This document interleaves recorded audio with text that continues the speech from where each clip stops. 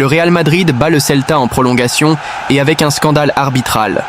L'équipe blanche a vu le Celta revenir du 2-0 en moins de 10 minutes et en prolongation, Endrick et Valverde ont donné à Madrid une place en quart de finale et ont évité la crise.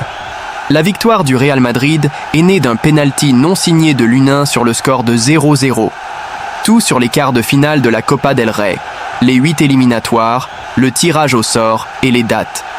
Le Real Madrid sera présent au tirage au sort des quarts de finale de la Coupe du Roi. Après la débâcle de la Supercoupe d'Espagne, les Blancs devaient à tout prix battre le Celta pour que les feux rouges de la crise ne s'allument pas complètement. Même s'ils étaient sur le point de comprendre, car l'équipe blanche a éliminé le Celta dans le temps supplémentaire, qui est revenu d'un score de 2-0 avec des buts à la 83e minute et à la 91e minute. Endrick et Valverde, dans la seconde moitié de la prolongation, ont empêché la froide nuit madrilène de se terminer en tragédie. Madrid a gagné, mais la vérité est qu'ils l'ont fait avec une grande controverse arbitrale. À 0-0, Lunin commettait un penalty sur Swedberg. L'arbitre n'a rien signalé, le VAR non plus. L'action a continué et Mbappé a marqué le 1-0 avec lequel le Real Madrid a mis la victoire sur les rails. Le match contre le Celta a été un test pour Ancelotti et pour l'équipe dans un Bernabéu mordant qui n'a pas hésité à gronder Tchouaméni et a également sifflé Ancelotti. En fait, le seul qui a été sauvé de cette brûlure était Asensio, qui était titulaire. Et Ancelotti a révolutionné le 11 en supprimant Camavinga, Valverde, Rodrigo et Bellingham.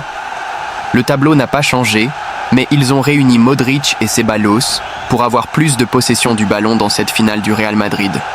Le Celta, pour sa part, a été très clair sur ce qu'il devait faire, tenir le coup et lancer la contre-attaque. Mais ce à quoi l'équipe galicienne ne s'attendait sûrement pas, c'était le mauvais départ du Real Madrid. En fait, le Celta a été le premier à avoir une chance, Starfelt frappant la barre transversale. Cela a encore plus irrité les supporters du Bernabéu qui voyaient que leur équipe semblait toujours en Arabie. Le Real Madrid s'est progressivement imposé et a monopolisé le ballon face à une équipe du Celta qui se rapprochait de plus en plus de son gardien et faisait tout confiance à la contre-attaque. Ce contrôle local ne signifiait pas que des opportunités claires se présentaient. Oui, le Real Madrid a atteint la surface galicienne, mais il s'y est dilué.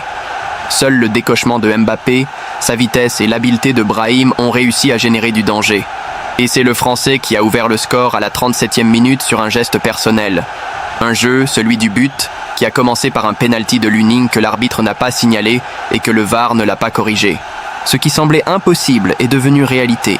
Le retour du Galicien en moins de 10 minutes. Il n'y avait plus de but et les prolongations entraient en jeu.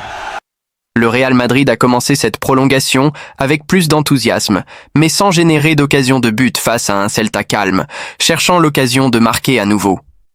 Dans ceci, l'équipe galicienne a réclamé un penalty de Rudiger que le VAR a examiné, mais qui n'a abouti à rien. Avec le score de 2-2, la prolongation était atteinte et il restait aux deux équipes 15 minutes pour éviter d'aller au tir au but. Endrick a rendu la joie au Bernabéu avec le 3-2 à la 107e minute, avec un tir du gauche depuis l'entrée de la surface. Le Celta n'a pas cédé, mais Valverde a mis fin à la défaite blanche avec le score de 4-2 à la 112e minute. Ce but a fait mal au Celta, qui n'est plus allé chercher avec autant d'enthousiasme un nouveau retour. Le Real Madrid a connu une fin de match plus calme, et Endrick a porté le score à 5-2 à la 119e minute grâce à un but talonné. C'est là que le jeu et les peurs blanches se sont terminés.